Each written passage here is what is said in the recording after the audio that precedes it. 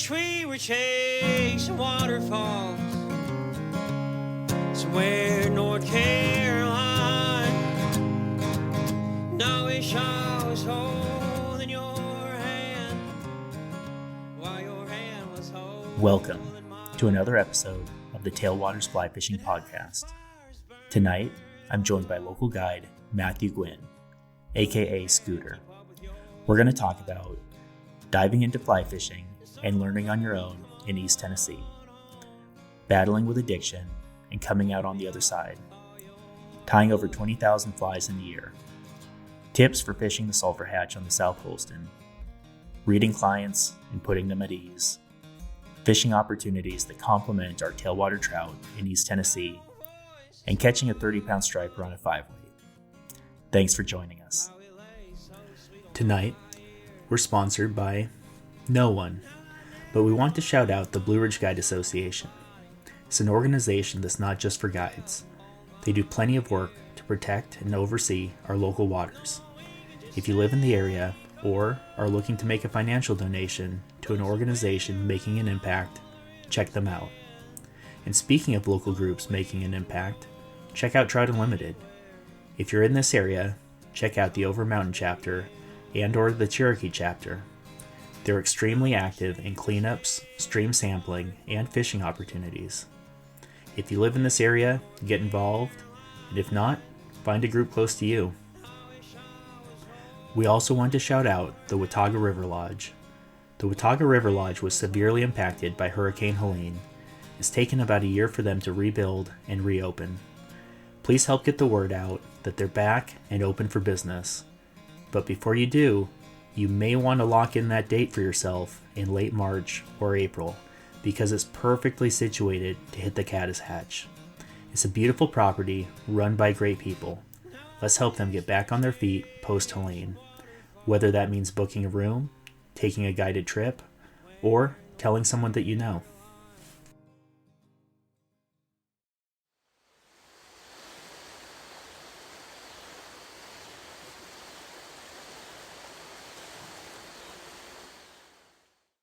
Well, Matt, thanks a ton for coming on tonight. Yeah, man. Yeah, I'm super excited to have you on for a number of reasons. Probably the first one is that you were the first guide that Mandy and I fished with when we were out here together. And honestly, we had an awesome time. I still remember it as one of our just like best days out here on the river. It was just a great day, super relaxing. This was back in, I think it was 2016. I was trying to think about when exactly it was. I think it was like summer of 2016. And yeah, Mandy was still not super new, but pretty new to fly fishing at the time. And she was a little nervous, and you just made her feel like super, super comfortable. It was just like really fun. I had a great time with you guys too, for sure. It was awesome. Nice. Well, I'm also excited to talk to you because you've been in the fly fishing industry, so to speak, out here for a long time. You've been guiding for a long time. You've got great insight. And then the other thing, I know some people know about this, some people it may be new to, but you were highlighted in Garden and Gun back in 2019. That article called "The Other Montana." And we'll link to it here, but they talked to you both about the fishing. And about how these rivers have really helped you and to help you kind of turn your life around a little bit. So yeah, man, for sure. Yeah. Well, let's kick it off with just kind of a fishing report. I'll break the ice and mention that usually I feel like a bad day out here is still like a really, really good day. I feel like it's been really tough for a lot of people over the last week and a half. Is that consistent with what you've been seeing? Yeah, I think it's been a little tougher the last couple of weeks. The South Holston not running water, I think, plays a huge difference in that too, because it kind of pushes everybody to guide on Watauga, and they get a little bit more pressured over there as far as floats and I mean, they're eating some eggs and stuff here and there. They're eating blueing stuff, and I've been seeing a few hatches. Actually, saw a little bit of a decent caddis hatch the other day, but Nothing major, but yeah, it's been okay. It hadn't been great by any standard, but we're still catching some fish. Yeah, that's a good point. Any tips for the weekend wade angler? Yeah, I would definitely focus a little bit more on some riffles and tail outs, and um, definitely dry dropper and kind of stay away from the indicator stuff if you can. These fish are definitely getting a little bit more spooky. So anytime you can get rid of the orange bobber, that makes a huge difference in my opinion. And definitely blue wing stuff. Look for the bugs and midday there's gonna be some fish rising and stuff. So definitely make that changeover. Yeah. I had a dry dropper in my notes to talk about too, and the weird thing on the Watauga for everybody out there is a lot of times that when they're not generating, they'll be releasing like 240 CFS or whatever, but they've been kind of dropping that down to like 200 on the non-generation, and it feels really skinny and really spooky, like really That's skinny. That's an understatement, buddy. I don't know what they're doing. That they're showing that 240, 200, but I mean, gosh, we just I'm glad to be seeing that we're getting some rain. I'm really hopeful that our next couple of weeks are going to be a lot better. Fishing wise, we desperately need some water. The dough's been pretty dry, and Stony has too, so it's making a pretty big effect on it, I'm sure. But yeah, it's super dry this year. It makes it worse too that we had the hurricane stuff last year. I think it pushed a lot of sediment around and moved some rocks around, and some of the lines have shifted. We've all kind of had to relearn them. But some stuff got easier, but there's a lot of it that I feel like kind of got a little bit harder. Yeah, yeah. I definitely agree with that. And even with that lack of rain, I feel like some people who'd be fishing different creeks right now are out on the Watauga because there's no water in the creeks. Yeah, yeah, sure. Yeah. Well, yeah, let's kind of jump into it here. One of my big goals for tonight is to help people get to know you. And it feels a little weird to jump into the heavy stuff out of the gate, but let me start with an excerpt from that Garden and Gun article. So I'll read it here. There's sunlight on the riverside sycamores and towhees calling from the woods. At times, a dozen fish rise within range. Scooter says little, trying not to break the spell. This river and these fish, I have learned, saved his life. The redemptive power of East Tennessee's trout waters is no surprise to a growing number of anglers. Could you talk us through kind of your background and how you ended up in East Tennessee? Yeah, so my dad was retired Air Force. He retired after about 25 years. So we moved around quite a bit. Spent some time in Anchorage, Alaska. We were stationed in Elmendorf for 4 years. Didn't really fly fish up there. I mean, I've always loved to fish and always loved the outdoors. But we moved to Goldsboro, North Carolina. We were stationed at Seymour Johnson Air Force Base for about 15 years. So for me, that's kind of home. I Mm-hmm. was there from the fifth grade all the way through high school and stayed for a few more years, even outside of high school. I moved out when I was 19. My dad got stationed in a Shaw Air Force Base in South Carolina, so I decided to stay in North Carolina and start my life on my own. And yeah, it was just some circumstances that happened. I got a little bit of trouble, of course, being 19 and being stupid, and kind of had to move up here really just to make a life change. Had a few inspirational people in my life at that point in time, and kind of sobered me up long enough per se to get me out of there. And I called my dad, and he came down, picked me up, and moved up here. And yeah, I've been here ever since. It's one of the best decisions I ever made in my life, really. Yeah. And I know your Nick, you kind of had a nickname of Scooter, and I know you even have it listed on your website. So you're not. I feel like you've kind of embraced it, but Yeah, at this point, I think everybody kind of knows me as that. So yeah. I had a couple DUIs when I was in North Carolina. which is it's fortunate and unfortunate. Fortunately, I got over it, moved on. It was unfortunate at the time, but yeah, I was driving one for about 5 years. Didn't really have much choice, to get around, and I still wanted to work, still needed to work, and have a job, and that was my means of transportation for a little while. It kind of worked out in a little bit of a way because I could get, just pull up down some paths and stuff on the river, and when I was learning how to fly fish, and made some things easier, but definitely pulling a drift boat with it. So, so yeah, when I started working for the fly shop. Originally I was still driving it, so they kind of gave you that nickname to start with, and it gets kind of stuck, and I embraced it. So Yeah. I know that Garden and Gun article describes you kind of going down the street on the scooter with your waders on and a fly rod between your legs. Is that oh yeah, roughly yeah, accurate?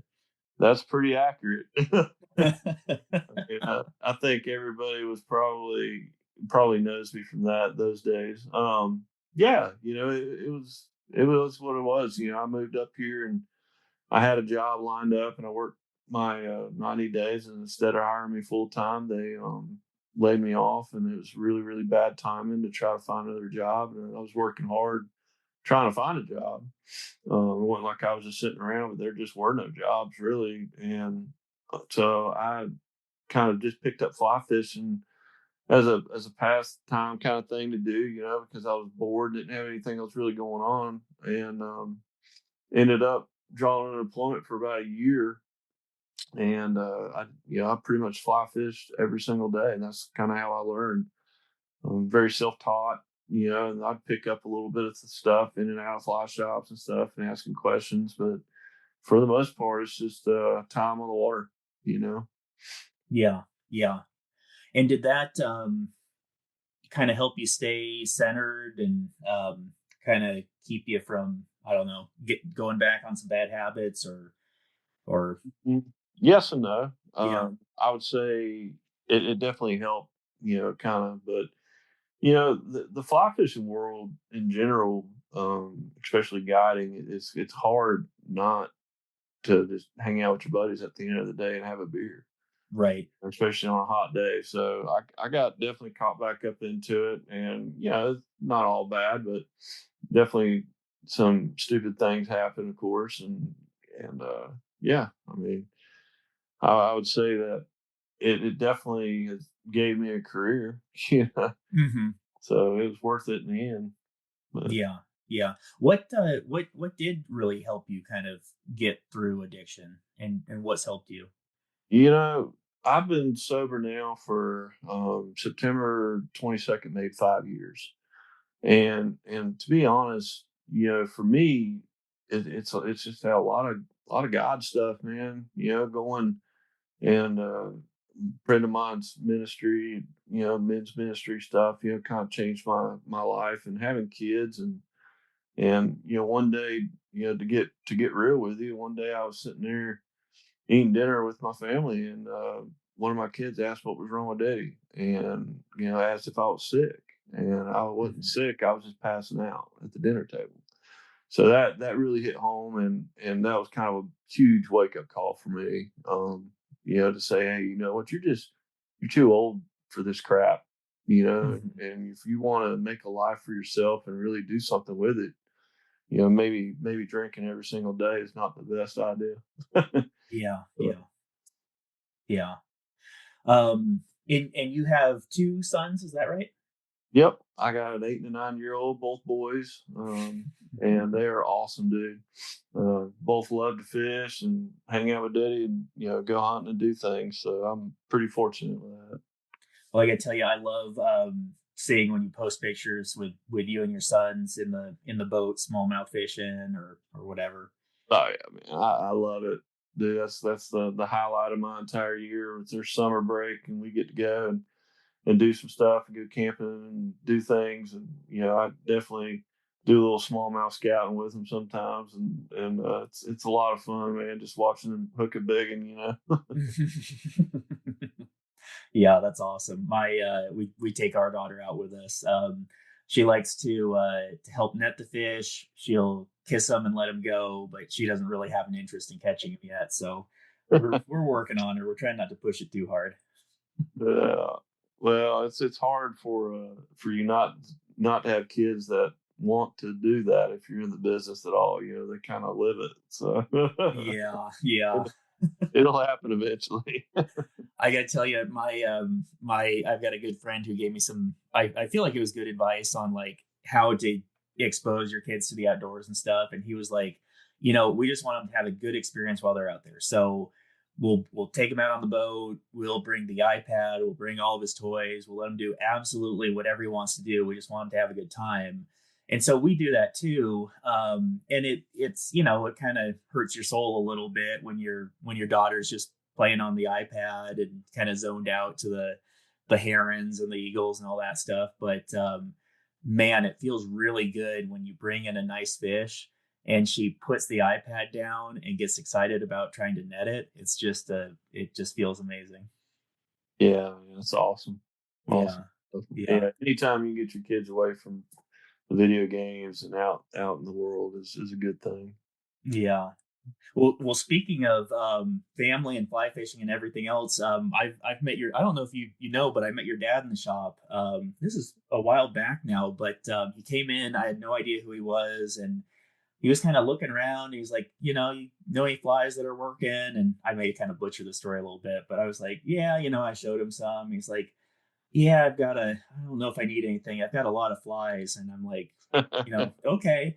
And he's like, yeah, I've got a son who's tied a lot of flies for me. And you never know what to expect out of that. And sometimes those flies are great. And sometimes those flies are better brim flies. And I was like, oh, who's your son? He's like, he's a guide. And he mentioned it was you. And I was like, yeah, you've probably got a couple of pretty good fly boxes back home. Yeah, I'd say he's probably got too many flies. I doubt that he'll ever run out. But yeah, time when I first started tying, I never even looked at a YouTube video.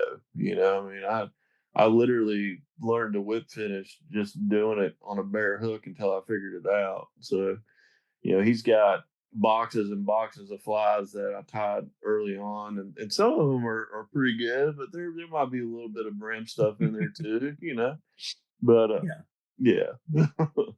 And you've tied a ton of flies back. I mean, in general, right?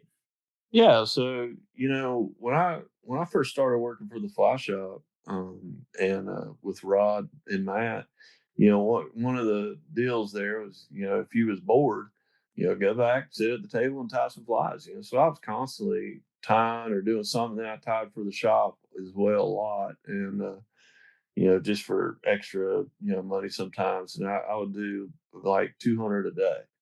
Wow. Whatever. So I would literally sit down, tie 100 like midges, let's just say, for till lunch, and I'd eat lunch, and I'd sit down, tie another 100. So yeah, I think I tied oh shoot, it was over 20,000 one year, Jeez. something crazy. I had a Renzetti Traveler, and I wore Renzetti off the top of it in one year, resting my hand on top of the vise. But yeah, I really enjoyed it. It was just something to do. I'm artistic, and it was just kind of fun. And I went as far as to start tying the Atlantic salmon fly patterns and stuff just for the fun of it, and bought all these materials that I'll probably never use now. It's yeah, I really enjoyed it. I enjoy tying about as much or maybe even more sometimes than the fishing. So. Yeah, yeah. And you've designed a number of patterns, right? I have, I got, one of them in Montana Fly Catalog. It was a scooter soft serves, little soft tackle and stuff. But yeah, it's been fun just kind of creating things. And, one thing that I've noticed too is a tire, you can change little, just minute things, thorax color, whatever it may be, maybe even the wire color. Nothing against buying flies from the shops. They don't hear what I'm not saying, but sometimes you can take a pattern from the shop and just change it very lightly and catch more fish. So that was a pretty big draw to start with for me. Yeah. I was talking to somebody about this recently because I mean, like I scour all the different magazines from all the different distributors, and you know, honestly, I don't know what your take on this is, but it feels to me like a lot of the industry is really geared towards fishing out west Sure. and finding kind of patterns that are the right size, uh right shades, not too gaudy, like it's just hard to get stuff that works real well out here. So I mean, we definitely there are some mainstream patterns that do, but it's not like you just open the catalog and buy the first couple pages that you come across. Yeah, I'm sure those guys out west are selling so many Hmm. flies. I mean, I don't know. I mean, I was talking to a buddy of mine. We went out to fish the Bitterroot, and I was talking to the guide out there, and he was, talking about the amount of boats he, would see on a normal day on the main stem, and it was something like, 90 to 100 boats a day. Jeez. And I was like, man, I thought our rivers had pressure. Don't even compare. Yeah. Would you mind telling people about the scooter soft serve? Like what just all the materials, hook and everything else?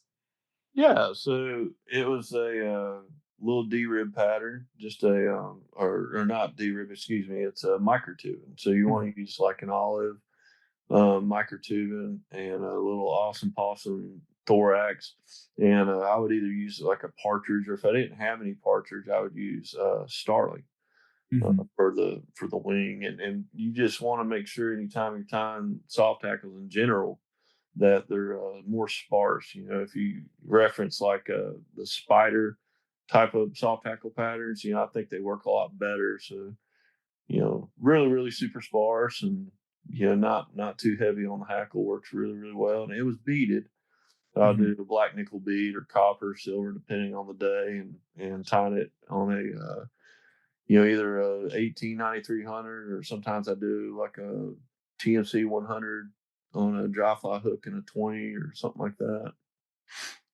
Nice, nice. And I also wanted to ask you to tell everyone about the scooter midge because that's another staple out here. Yeah, that one is a D rib, and that fly originated just because I got tired of tying with vinyl. Hmm. It's kind of a pain in the butt. You couldn't really you stretch it out, and you wouldn't get a very good segment. So I started using D rib because you could really pull it thin to start with and kind of loosen up as you wrap, and it would taper the body really well. But it's literally just D rib wrapped up a hook and tied off, with a copper silver bead and a 2018, what any kind of size you want. Sometimes I do like a little crystal flash tail on it, and I always cut that about 3 sparkles back for lack of term. Hmm. But yeah, I mean they eat the far out of it. They especially eat it in March. I think it very much looks like a scud sometimes, or a midge, and there's tons of different variations of it. You could even use. I used to do one that I refer to as a double D. Because it was 2 D ribs, and another time like a camo color or something, or black and purple work really well. So you just tandem them up and tie them off. It's really, really good pattern. Nice, nice. Any others that you would highlight? Oh man, there's just so many really, really good flies. I remember there was an emerger that you had tied when Mandy and I fished with you. I think it was kind of a pretty simple like buyout body and CDC. Oh yeah, yeah. Yeah. Rod used to call that, I think, a do nothing or something like that. Mhm. It was literally just a body, a little mallard flank for a tail, backward facing wing for CDC, and you could dust it and keep it up in the film if you wanted to, or just sink it. I've actually stripped that fly on low water sometimes and caught fish on it. So Nice. it's a good one, man. I forgot about that one. I had fished that one in a long time. Yeah. It's similar to a loop wing, just not the loop. Hmm. Hmm. Definitely, some variations of the scooter mitch with that too. Is you could do a little CDC off the back of like right there at the bead, and trim it short. Just looks like a little wing bud. It also works really, really well. Oh, nice, So, nice. So when did you start guiding back in the day? So I worked for the shop for a few years. Of course, I didn't have a driver's license, but it was pretty quick after I got my driver's license. The shop was super busy at that point. I think they were running 1,500 trips a year, Wow. crazy amount of trips, so Matt needed some help, and he started putting me on the water quite a bit, and it got to the point I think that I was on the water a little bit too much, and some of my duty in the shop was kind of going to the wayside, and I ended up just kind of sticking with the guide program and went more full time. So shoot, I don't know. I was with those guys for about 15 years. I'd say at least 11, 12, 13 of it was guiding. At least handful of trips a month, and got to the point where I was doing about 210 for them a year. Hmm. So, yeah, it was awesome. Yeah, yeah. What were those first few years like? Was it kind of an apprenticeship? Was it kind of, go out and figure it out on your own? And any memorable early trips? Yeah, one of my best favorite memories really was Rod Champion. Really, he loved to dry fly fish, and I needed to learn how to row. So Hmm. it kind of worked out to both our benefits, and we would put on after we'd get out of the shop at 3 o'clock, or the sulphurs would be coming off on high water on the Holston, and we would I would learn how to row, and he'd kind of help me with that, and learned a lot of the spots too, the good anchor spots and stuff, and how to anchor on fish and stuff with him. So in that sense, yeah, it was a lot of apprenticeship on that part. But yeah, there's a lot of learning on your own too, man. Just time on the water. I mean, Hmm. to do it, and do it well. I feel like if people tell you too much, then you really don't learn anything on your own. So you can't read it, can't change things when you need to change it. You know, so at that point in time, I think I was fishing every day. I mean, Hmm. have, I didn't have wife and kids or any kind of duties at the house. So if I wasn't working in the shop or guiding, typically you'd find me somewhere on the river fishing. Yeah, And yeah, I mean, it's learned a lot in those first 5, 6, 7 years for sure. yeah, yeah. And how long have you been guiding for yourself? So I think this is 4 years now. So next year will be Nice. 5. So yeah, it's been great, man.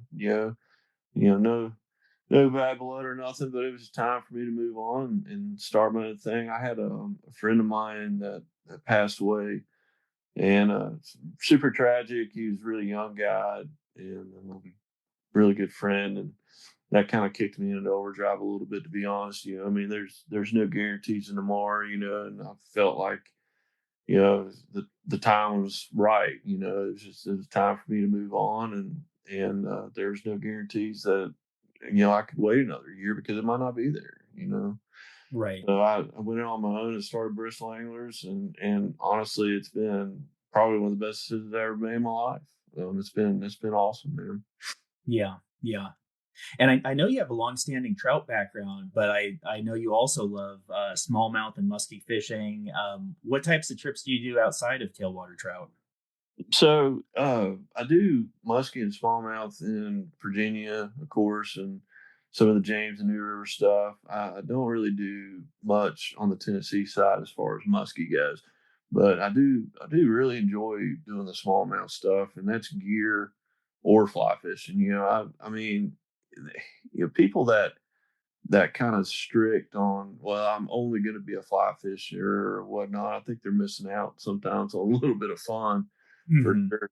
And sometimes the conditions, where I'm smallmouth fishing aren't perfect, for throwing a popping bug. I mean, I love throwing a popping bug. I love them to eat it, and sometimes they just don't eat it. Hmm. Sometimes you can just throw whatever else out there and jigs and stuff and get them on a spinning rod. That's a lot of fun to me. Uh, Yeah. I do love smallmouth, man. They fight so hard. The trout's fun, but it is nice to have that as well, because it kind of breaks the monotony of the trout game up a little bit. And you can sneak down there and catch some smallmouth and have a fun day, and get away from the tailwaters a little bit, you know. Mm-hmm. Mm-hmm. Yeah, yeah. And on the conventional gear side, the other thing, I feel like it kind of opens your mind up a little bit. There's some things that are easy to do with conventional gear that are really hard to do with fly gear. And honestly, just knowing that fish are on another bite is interesting. And I mean, it kind of helps you learn, in my opinion. Yeah, it definitely doesn't help your wallet, Yeah. but Yeah. I mean, because now, I think it's hard, man. It's hard to kind of keep, retaining all that information. There's always something new in the bass world. You watch a lot of these pro bass guys, man. They're constantly pushing something new. And Hmm. with bass, especially, it seems like, like with the fly and the trout, there's like, patterns that are always going to work, and stuff. But with bass, man, it really seems like if you ain't kind of, a little bit up, on your game as far as, getting new things and trying new things and stuff, and you're hurting yourself a lot. Those fish get really, really used to seeing the same thing pretty quick. Hmm. You got to have kind of a deep box, is the way I put it. And, you really, really by August and September and even into October, you're really digging pretty deep for some different stuff to throw. So, Yeah, yeah. One thing I love about the shop is we've got some customers who do a lot of bass fishing, and then they also do some fly fishing. And I definitely get some pretty interesting ideas from talking with those guys. yeah, man. Yeah, yeah. So if someone just calls you up out of the blue and says, what do you do? Talk me through your year. What kind of fishing opportunities are there? What do you kind of tell that person? What's on your radar for 2026? So, we have, for trout, I would say that some of my best times to fish the year would be April and May, maybe about half of June. Definitely big caddishack stuff on Watauga, followed by the sulphurs. And then you get sulphurs and some smaller caddishatches that are fishable on Holston early in the year. And, the sulphur stuff, definitely on the Holston is a little bit more prolific than the Watauga. It seems like Watauga doesn't last quite as long. By pretty much by the end of May, they're starting to fizzle out a little bit. But man, sometimes on the Holston, I've seen those bugs pour off all the way into October. Hmm. Once we got good water conditions and everything, they'll do it. Other than that, of course, nymph fishing all year and stuff, and of course, pre-spawn streamer fishing's been really, really good this year. I hope it is again next year. I had a big shad kill, which was epic this year for Hmm. stuff. And um, yeah, it's just like the smallmouth is kind of the same in a sense. We have really, really good caddis stuff early in the year down there. Fish are definitely looking up, and then they kind of transition over to some more hellgrammite kind of stuff, Dobson fly stuff, and bigger bugs. And they eat a lot of annual cicadas, so they'll eat some bigger bugs. Um, so yeah, the smallmouth really gets fired up about early to mid March for me down there, and lasts usually all the way through October, and then it starts to kind of fizzle out. And of course, our trout fishery is year round on both. Hmm. So yeah, man. Nice, nice. Um, One thing I wanted to ask you, given your background fishing the Holston, your years at the shop, your years of guiding, and all the time you've done, let me ask you, could you give people any tips on fishing the sulfur hatch, especially from the perspective of kind of that weekend weight angler, but just in general too? Well, definitely longer leaders like tippet. These fish on low water, they've seen a lot of different patterns. In a big hatch, sometimes you kind of fish oversized. I think works pretty good for me. For me, cripples really, really work well. if there's a lot of bugs, because I feel like those fish are kind of seeking them out, especially the better quality fish. The little fish really don't know what they are, but thunderstorm kind of days, foggy days, they definitely like a sparkle done, something with a little bit of a shock stuck to them, because they do struggle sometimes to get out of their shell and when they're hatching off. So sparkle duns are definitely a good thing. And then there's sometimes where it's real bright and sunny and you got that crisp, low humidity days, and they really, really like a compare dun, man. Hmm. Puff Daddy is always a great pattern. I love that fly. They fish it a lot, and because you could swing it. They eat it under the water just as well as they eat it on top. So it's pretty versatile. Um, definitely don't be scared to put a little dropper on your compare done. Fish it about 18 inches deep, split case or something like that works really, really well. So Yeah, yeah. I when I started doing that, my numbers went up dramatically. yeah, Dramatically. Yeah. yeah. Yeah, I definitely have made the change over to like 14, 15, 16 foot leaders and stuff a lot on low water. Hmm. And even on high water, I mean, even though it's high water and you don't think they're getting spooked, I mean, it's that drag is just so much better on a long leader than a short leader. So, Yeah, yeah. And when you're fishing yourself, do you typically use like 6.5, 7X? man, I've gotten to where I don't fish 7X anymore at all, to be honest. And the reason being is I've lost too many fish on it. I Mm, love trout hunter tippet. It's probably one of the better quality tippets out there. Landed some really nice fish on it, but definitely 6.5 is kind of my go-to now. I really don't like going past that if I can help it. So a lot of times I'll do like a 6 to the dry, 6.5 to the dropper, something like that. A lot of 5.5X, even on low water on some of the lower stretches of the river, even on the nip game stuff. But nice. Um, One thing I find super interesting out here is just how the fishing changes over time. What have you seen in terms of just changes out here in your time kind of fishing and guiding? I can't tell if it's gotten a little bit harder because of pressure or not. I do feel like those fish are definitely a little bit more educated sometimes. But I don't know. We still got tons of big fish. Guys catch them all the time. Sight fishing for them and stuff, and you still catch them randomly. So I don't think there's a hurtful thing with the size of fish at all. Brown, you still catch tons and tons of brown trout on dries when they're eating them. I don't know. It's not really fell off too bad. I mean, I think the pressure is definitely playing a part just because you got to be more versatile. Hmm. So definitely keep more of an open mind on some patterns and maybe throw some stuff that you hadn't thrown in a while. So I've been kind of creeping back to my beginner days and throwing some flies that they might not have seen in about 10 or 15 years. And it kind of worked out for me pretty good this year. A lot of guys are throwing the same stuff anymore. It seems like, and sometimes you can go back to those original patterns that really call off fish for you and do pretty well on them. Yeah, yeah. Are there any flies or materials that immediately come to mind that have worked, 5 years ago, but don't seem to be working well anymore?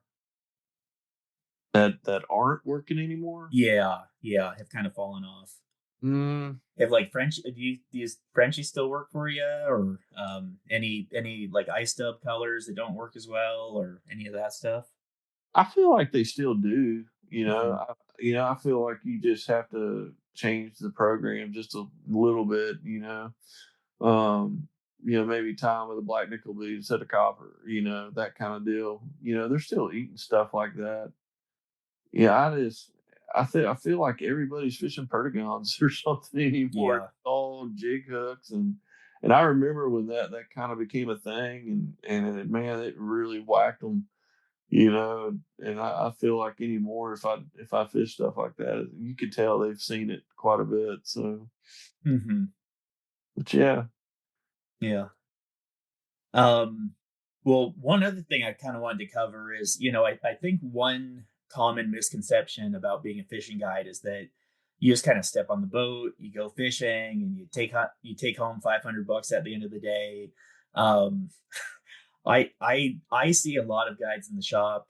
I know how much you and other people spend on line, leaders, tippet, flies, materials. I see how hard you work behind the scenes, all of that stuff. Yeah, you don't want to be looking at my taxes. my my, uh, my Schedule C is pretty loaded. Uh, Yeah. yeah, man.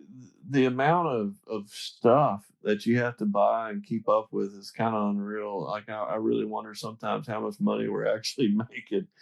And because the guide's life don't really end when you get off the water. I mean, you get up, you have to get lunches and everything ready to go, and clean the boat, all the things, and then you get out there, you fish for 8 hours, and then you're talking to guests for the following day. You're spraying the boat off if it needs it in the afternoon, and you know I don't know, it's just your day never seems to end because I mean I've been started at 6:30 in the morning, to get lunch and be coming home and be time flies at 8 o'clock at night. It seems like, it's definitely, you definitely have to love it, to really to do it as long as I have and stay with it. Yeah, yeah. Do you have any specific like little, I don't know, little tricks that you do to help clients out that they might not notice, but you actually put a fair amount of work into behind the scenes, or Man, just, I've always kind of prided myself on teaching people how to do it better. Uh, mm-hmm. Not necessarily just making it through the day, not water hauling back and forth with an imp rig, just trying to get it out there, put people on fish. Like I really pride myself, man, on trying to teach people, and in hopes that when they come back, they're a little better each time. Definitely, just and how you do that makes a big difference. How you speak to people and probably I would say 75-80% of guiding is reading your people more than the water. What are they wanting for the day? What are their expectations? What are their abilities with that? And just try to figure out how to make that work for you. That makes a big difference on what sector of river you fish, or anything else. So it's definitely more of a people game than it is a fishing game sometimes, for sure. But yeah, just being calm and not really, not fussy with people too much, just kind of letting them know, hey, you could do it better this way if you try this, or it's a lot about how you speak to people. Well, I just I don't know, echo. I don't know if echo is the right word, but you did an awesome job with Mandy and I when we fished together. I know that I can be a little high strung, especially when I'm fishing. I get pretty I don't know. I just get really into it. But we needed a nice relaxing day. We had it. We caught some fish on a bounce rig. We caught some dry dropper fishing. We caught some on dries.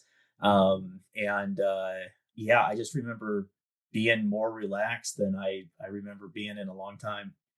Yeah, man. I mean, I think people sometimes forget the reason why they're there.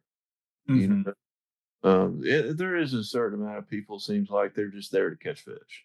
And with those guys, you can tell pretty quick. So you're a little bit more in tune with it. You're really kind of hammer focused on trying to put fish in the boat, or some people just really want to catch a big fish or whatever. But I think that's one of the guys that run around made a sticker says social media has ruined fly fishing, and I think it has in some ways. I think it gives people a little bit, a little bit too much to look forward to. Sometimes, they see all the pictures of the big fish and they're like, why aren't we catching those? And they're forgetting the reason why they're there. Mm-hmm. For a lot of guys, I feel like 80% of it's the experience more so than catching fish. If you could go and you can have a good time and have a good lunch and be chill and see some pretty scenery, man, that's an awesome day. And fishing should be just icing on the cake for most people. But you definitely have some that are a little more serious and more fish oriented. But those guys are probably, for me anyway, they're return guys that I know, and I work a little bit more diligently, trying to be a little more hyper focused on putting numbers in the boat or something with those guys because I know they can do it. But yeah, man, it's just it's an awesome career. Yeah, yeah. What are some things that clients can do to have a better day on the water with you? Man, it never hurts to go out in the backyard, just cast around a little bit before a trip. Get out there in your grass and throw a hula hoop on the ground and try to hit it. You know, um, things like that go a long way. And bring your gear that you need for the Hmm. day. Look at your weather, be oriented in that.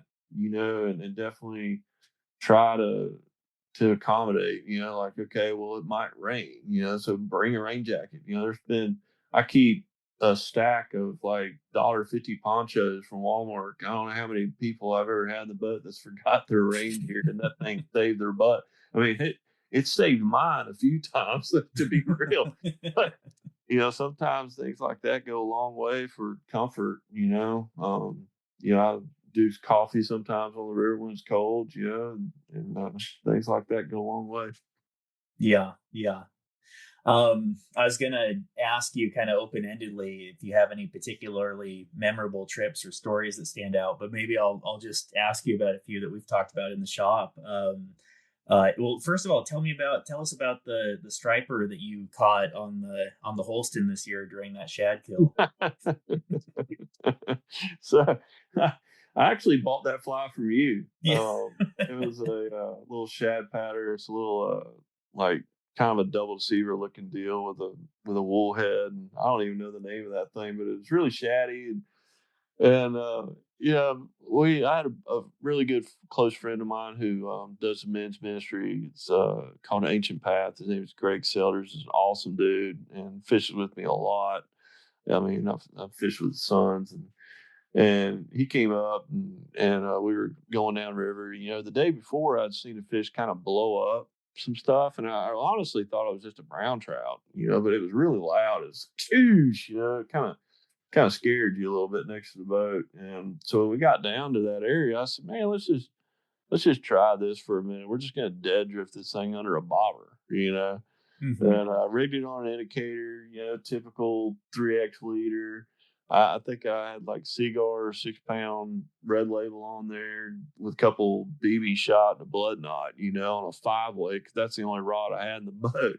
Hmm. And pitched it out there, and he made a couple mids. We floated, maybe, I think that thing might have floated 20 feet, you know Hmm. and it got ripped on, man. I don't know that I've ever seen a fish eat like that. I mean, it ripped the indicator probably 6 feet upstream. And I was pretty fired up. I was like, "Yeah, man, we got a big old brown trout, man. It's gonna be awesome." And I stood up and on the oars, looked over, and I was like, "Oh no!" Yeah, I, I was in the back of my mind. I'm like, "There's no way we're landing this fish. It's a big striper, and it had sucked it. Just ate it hard. And at one point, it rolled up in it and stuff. I thought it was gone, but the funny thing about that is we had it on a Sage Pulse, which is a 5-way rod, 4 Peats, and I had it underneath two other rods the day before. A guy stepped on them in my rock trays and broke the top two rods. Hmm. So I knew this thing was crushed. And I'm like, man, at some point the rod's going to go, the line's going to go, something's going to give, and, maybe even Greg's going to give, I mean, and we fought that thing for, gosh, I bet you it was a solid, half to 3/4 of a mile downriver on big river, big water, just held on to it. And Hmm. finally, about halfway through the fight, I kind of noticed that the fish was slowing down, and it was just kind of stopping and shaking its head, and it kind of roll up on its side a little bit. And I was like, man, we might actually have a shot.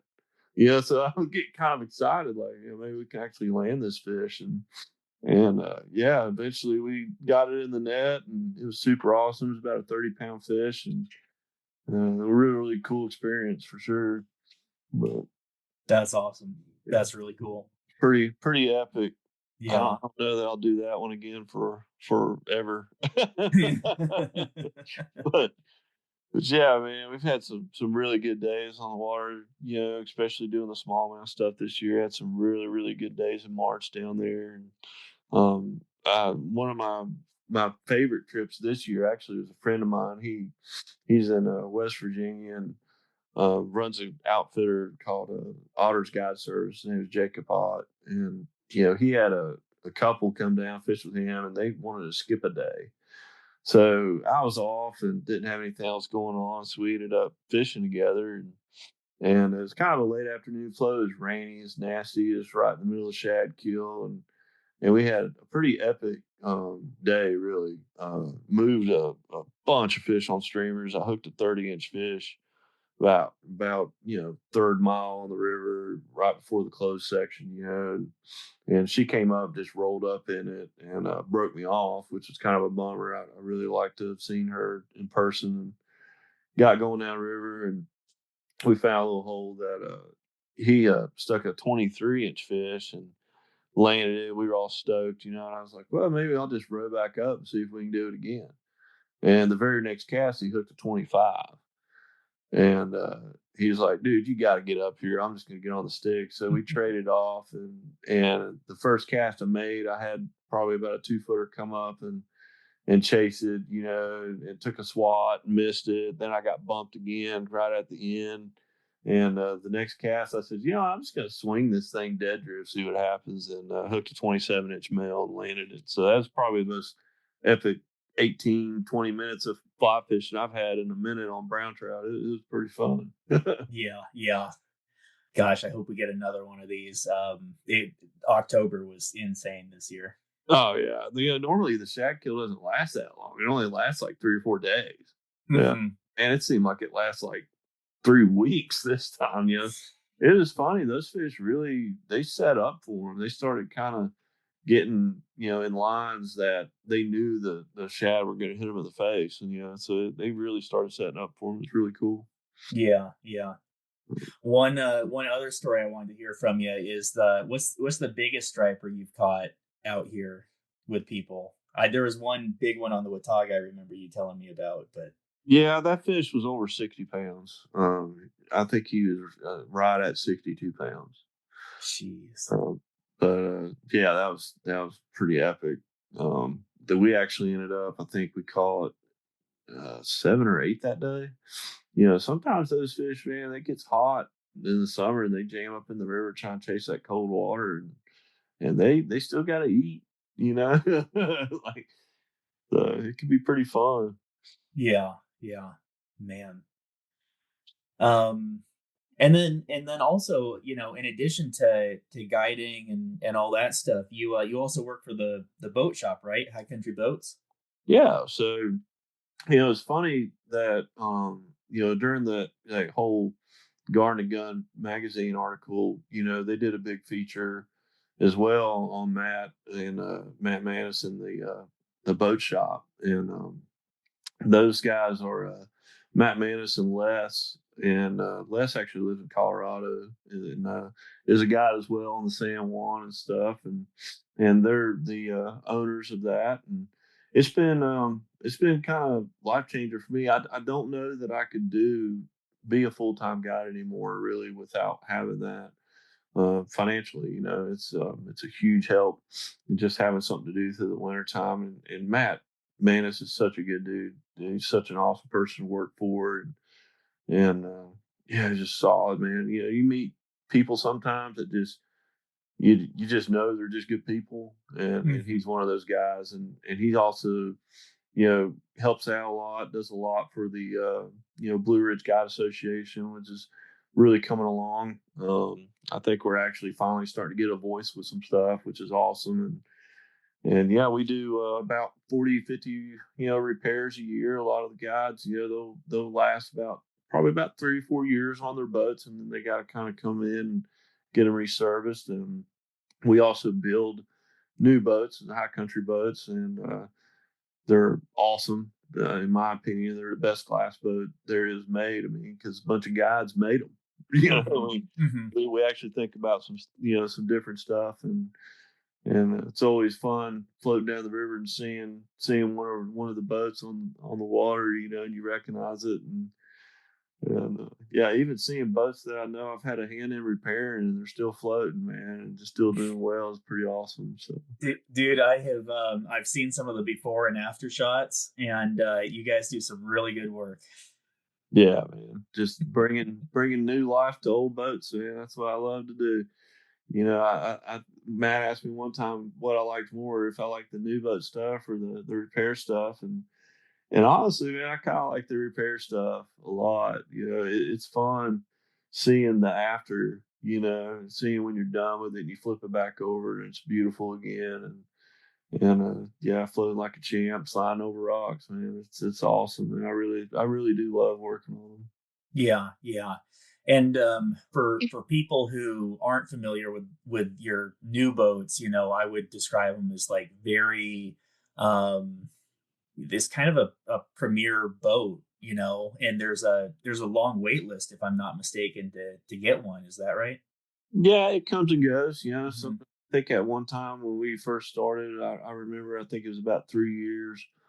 It was our waiting list on them. It's a little better now for sure. They're expensive, but they're expensive for a good reason. Hmm. They ain't the couple glass boats that I would ever row. And, maybe a clacker craft, but after working on them, man, you see what they go through and what they can handle. It's no comparison to what we got going on. So we make a really really nice boat, man. It's Yeah, really really nice. They're yeah, kind of a crossover too. It's kind of they're not really a skiff, they're not really a Mackenzie style either. They draft super super shallow. I was talking to Matt about that the other day. There's a little video one of the guys posted on a recent trip of him rowing into the boat ramp, and I was like, dude, it's not even fair.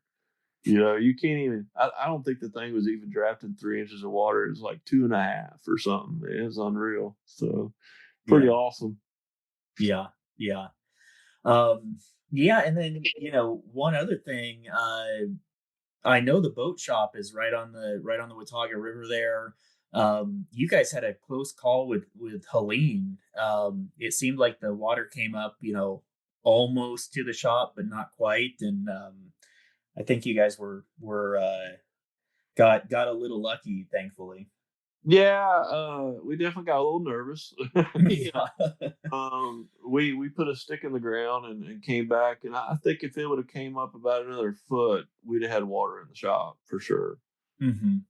But yeah, I went in. I remember going in after that first day after it kind of dropped back out, and of course Matt, he lives in Banner Elk, and they got hammered pretty hard, and his wife Shannon works at the hotel there in Banner Elk, and they were kind of taking people in and really really helping out their community. So I kind of kept the lights on there for a little while at the shop, and I remember walking in and everything that meant anything was up on a table or something. I mean, it was comical in a way, but you knew that it might get rough. I mean, I think Matt was staying there that night or had planned on just staying there that night. I think finally about 10 o'clock he decided just he couldn't stay there anymore. It's like, dude, it was starting to get real. Hmm. So he bailed out of there. But yeah, it did. It got kind of close. Yeah, yeah, yeah. Um, yeah. Well, is there anything else that we haven't covered? Any good stories you want to share, or have we kind of covered most everything? I think that's. I think we covered a lot. I would say that I just really enjoy it. I really enjoy what I do, and I don't know at this point in my life if I could do anything else and appreciate or enjoy it. Yeah. Think I'm gonna get a sticker that with a skeleton rowing a drift boat and a cowboy hat that says "Row till you die." 'Cause that's kind of where I'm at right now. I Hmm. hope I'm 65, 70 years old and still kicking one down the river, man. Yeah, yeah. Well, I know I've really enjoyed my time on the water with you. Mandy's enjoyed her time on the water with you. I talked to some of your clients in the shop, and they enjoy being on the water with you. For people who haven't fished with you before, what's the best way to get a hold of you and book a trip? Yeah, so you could just give me a call. My number is on the website there. It's bristolanglers.com. And yeah, look me up. I keep my Instagram and stuff on there too. So, I got an Instagram and Facebook page, and shoot me a message on that if you need to, or give me a call. Good, good, and we'll link to all that stuff in the show notes and all that. So Yeah, good. Well, thanks a ton for the time tonight, Matt. I appreciate it, and it was good talking with you. yeah, man. We need to get back on the river sometime. It's been a little too long. I know it's been almost 10 years to be precise. Yeah, that's too long. But, yeah, I really enjoyed talking to you, man. It was awesome. Awesome. Well, thanks a lot.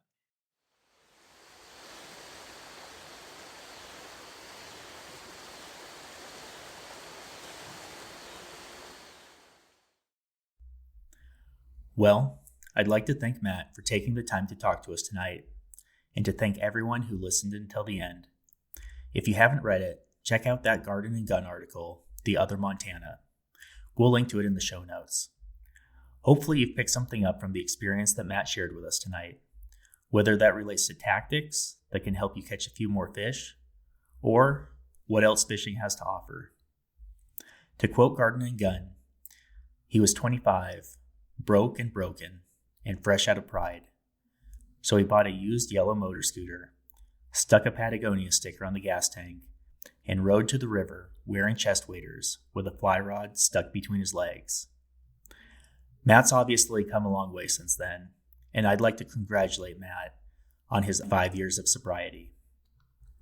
If you're interested in fishing with Matt, you can find him at bristolanglers.com or through any of the social media links in the show notes. And I'll leave listeners by rereading. This river and these fish I have learned saved his life. The redemptive power of East Tennessee's trout waters is no surprise to a growing number of anglers. And how that fire's burning hot, but it can't keep up with your touch. And so, girl,